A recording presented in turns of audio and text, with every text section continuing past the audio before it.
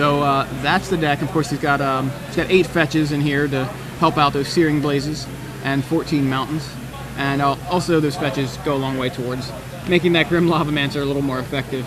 Yeah. Although apparently fetches are unnecessary according to the... well, according to the misreported deck list release. Yes, exactly. Alan Terry on the left here playing the big red deck. Peter Ingram on the right. There is another way that Alan, I think, could make the game go to his advantage, and that is if Peter stumbles. Well, yeah. If Peter stumbles, a Koth or a Timely Rune Blaster could easily just finish the game so that Peter can't come back into it. Yeah, Peter does have 2 Lightning Bolts in the deck to deal with a Koth, potentially. Well, to deal with as in double draw it to kill a Koth. Right, I just mean keep him from ultimating Koth, alongside potentially an attacking Oracle of Moldiah if he's not on Titan mana yet. Yeah, I think Oracle will be like an expensive Explorer.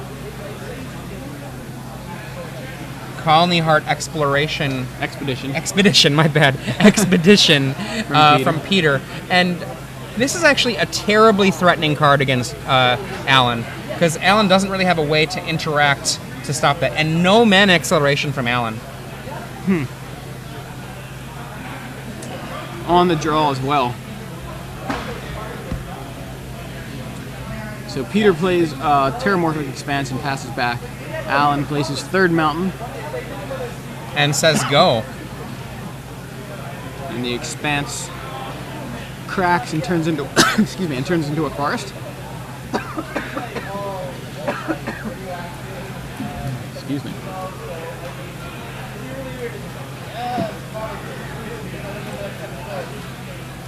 Peter untaps, lays a land, brings up his Colony Heart Expedition, yet another, lays an Oracle. It's a Rampant Growth on top. I expect that as soon as he cracks that Expedition, or in any way gives Alan a chance to burn that Oracle, it'll probably be burned. I mean, you better do it now.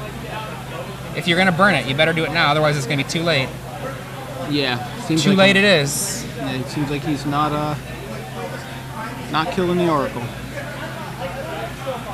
Peter with twice as many lands in play as Alan. Still has not even used the Oracle's ability.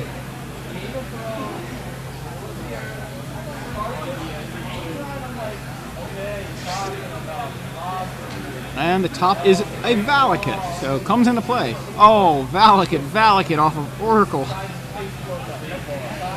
That's, yeah. Okay.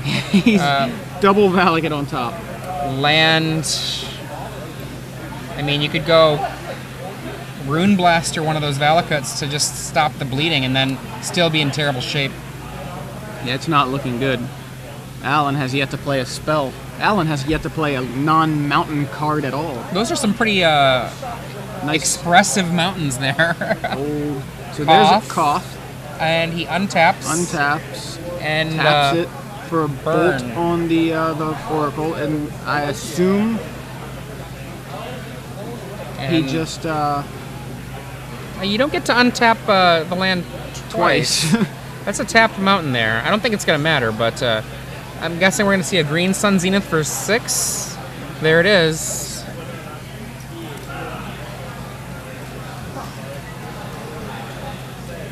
Yeah, I mean, unless he just top decked that bolt, seems like he should have shot that Oracle earlier.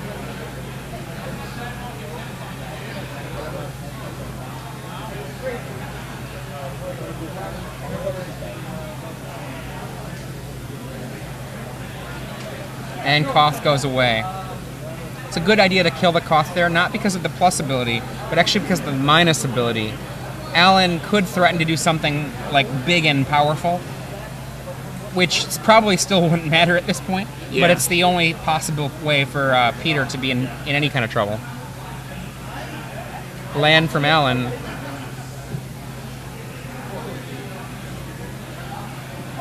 A bunch of not enough. Going to game 2.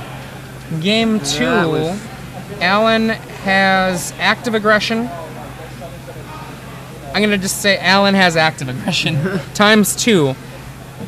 Just remember he could board in as an extra kill spell, but he already has so many kill spells to get rid of in an Oracle. And Dismember doesn't actually get very far along killing a Titan. It's still 2 cards to kill a Titan. Maybe you cut your Burst Lightnings for Dismembers so that you can get any 2 of your burn spells to kill things. I still think you'd probably prefer a card like Slagstorm, just on the off chance that you're facing an Avenger of Zendikar. There's really not much here for really rough for Alan. I mean, the best thing about going into this game is he's on the play. Right. At this point, like, yeah. I mean, this is not the matchup Alan is prepared to play. Right. And Alan is prepared to play against other decks. Again, like, he needed to bolt that Oracle before it started putting all those lands into play. Yeah. I mean, and the opportunity was when he sacrificed the Expedition. Right. And because once the Expedition is sacrificed, after the fetch resolves, well, then you have priority again. And so you can't do anything until priority is passed. Right. The special action of lay a land does not give that opportunity. Meanwhile, Peter actually has a fair number of things to bring in. Obstinate Baloth isn't, in this matchup, surprisingly isn't great, but it's fine. Right. It's a big body. Thrun is fine. And Avenger of Zendikar seems absolutely totally reasonable. He might not even know that Nature's Claim is actually good in this matchup. I was just going to say, like, he only saw Koth and Bolt. Yes. Koth, Bolt, and Mountains, which means he could have been like, why did this mono-red aggro deck keep a hand that couldn't play anything on turns 1, 2, or 3? Or he could be kind of aware that maybe this is a big red deck. But, I mean, Alan showed him almost nothing. Nothing to indicate that he's trying to ramp as well. Now remember, this is table 7. Now, what that means is these guys are probably either 8-1 or 8-0-1. I'm guessing they're 8-1. 8-0 or 7-1 is what you're right, because there are only 8 rounds. Of yeah. You're correct. You're correct. Pardon me. 7-1, right, or 7-0-1. Yeah. Alan Terry gives a look to a friend. He does not look happy with this matchup. I mean, although, I mean, you can't be surprised to see Valakut. I don't understand, like, why that would be something that you'd expect to dodge, especially the week after it won an event. I mean, to me, that's like, all right, enemy number 1, because all the people that want to play the quote best deck will look right at the top 8 and go, this guy won. That's the best deck. That's the best deck, especially if you have the cards. And Valakut, like, really, most of these cards are Zendikar block cards. They've been around for forever, and everybody's had an opportunity to grab them, especially the Titans being reprinted. You know, it's not like this is made up of a bunch of new cards. Everybody's got Valakut.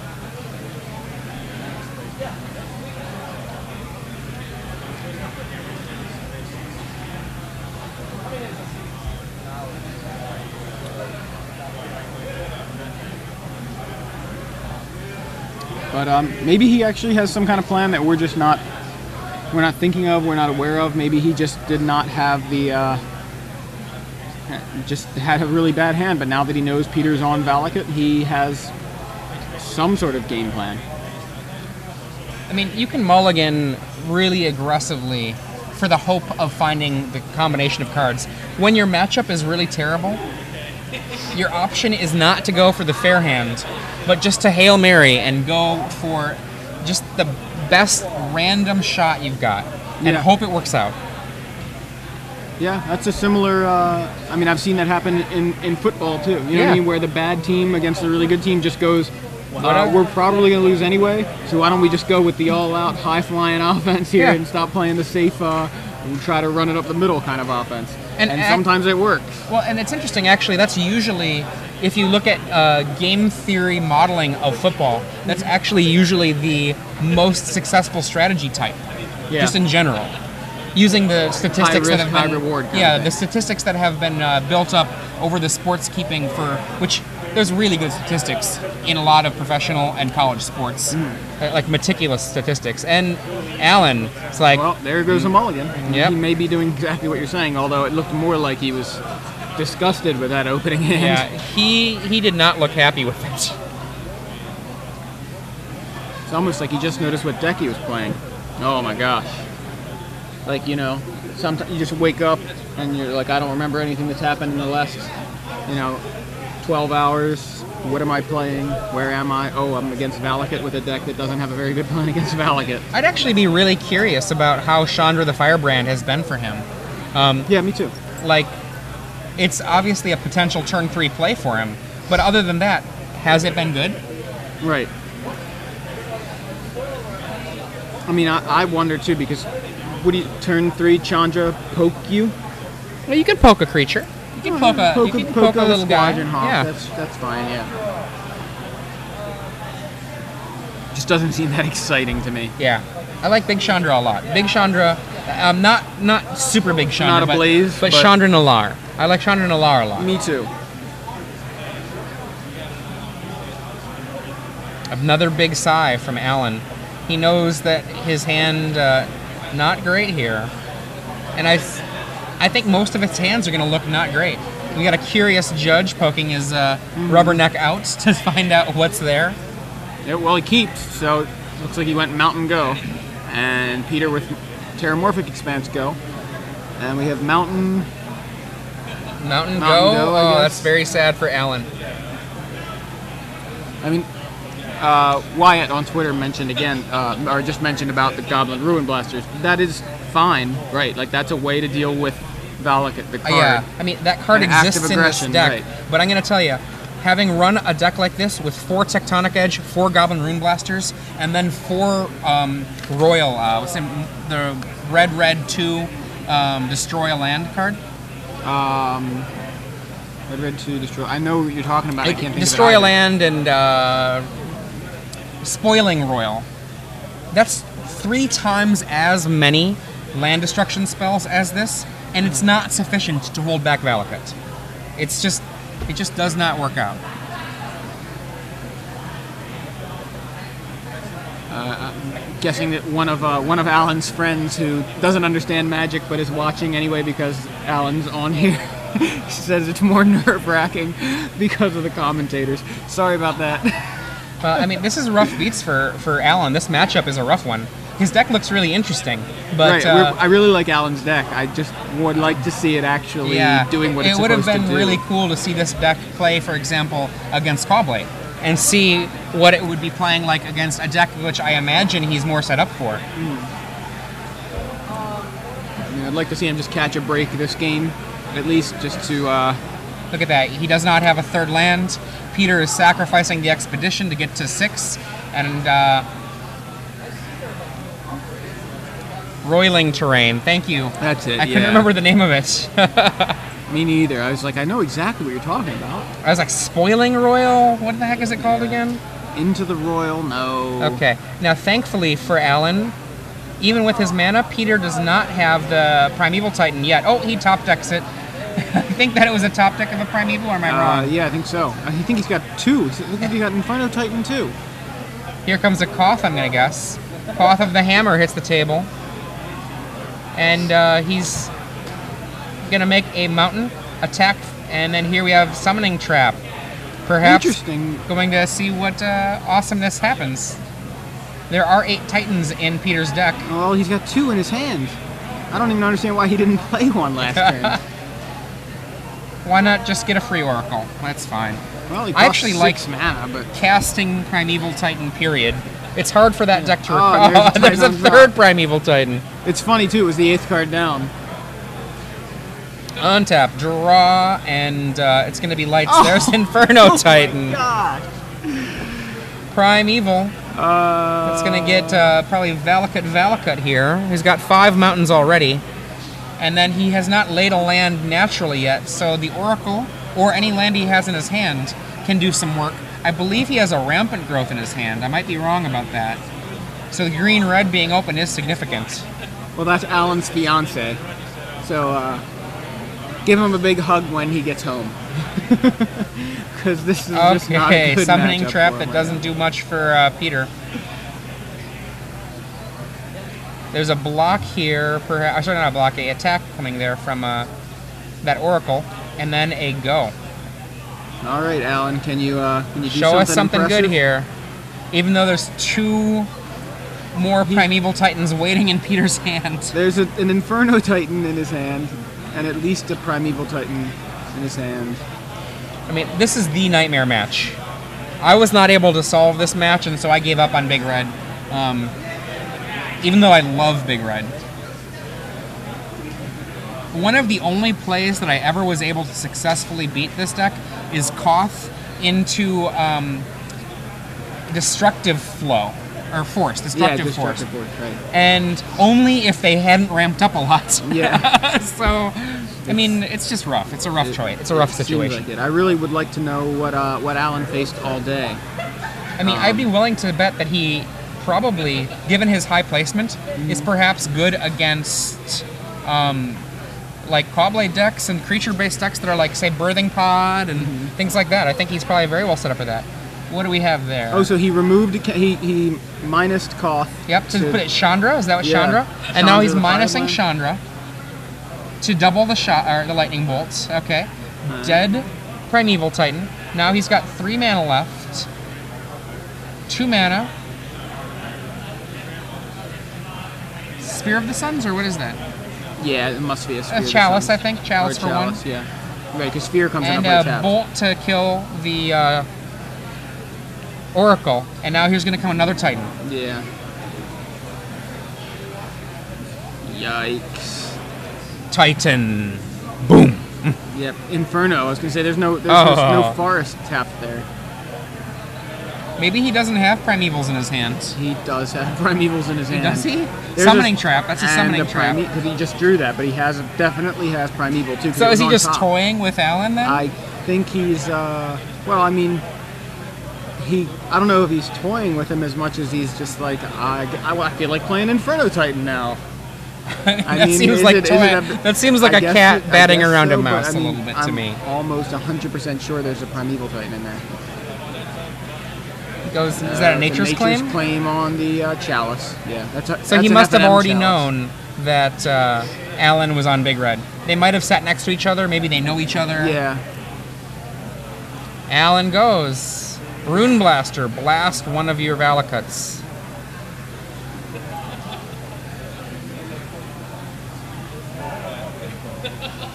And Inferno Titan is about to come into the red zone. Or he's just gonna play. Yeah. Okay. So. Yeah. What do these die? Do they represent creatures? No. Okay. Okay. Shoot Inferno and shoot. Titan. Pump all of this mana into Inferno Titan. Hit you for 10 plus 2 damage. Hit you for 12. And he just not. Oh well. And here we have Dismember, joined by. Is that a Searing Burst Blaze? Lightning or Searing Blaze? Yeah, it's textless. So, and it's a textless burn spell, which is looks just like every other textless burn spell. Summoning Trap from Peter at the end of the turn. Maybe it'll whiff.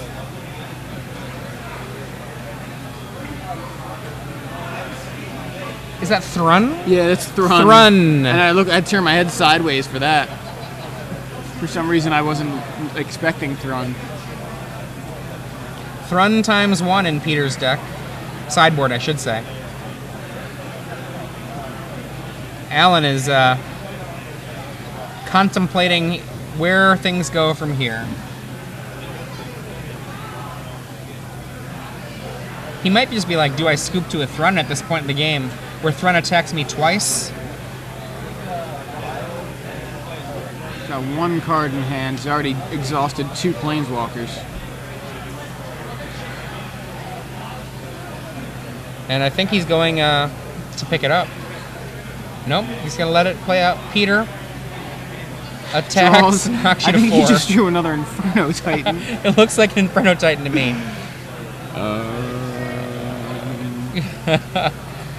Oh boy. We're Primeval or Inferno? I mean, Go to 1. And the answers that exist now Draws a mountain. Mountain and an exchange of pleasantries before the match concludes. Yeah, you're gonna give him to still had all these. What is that? Is that? I don't know what he had in hand, but I'm almost positive he had another primeval type in hand. Now, so Peter Ingram takes the match in blazing fast fashion here. Right. I mean, one of the things what we're gonna try to do is we're gonna try to get another match under the camera as soon as we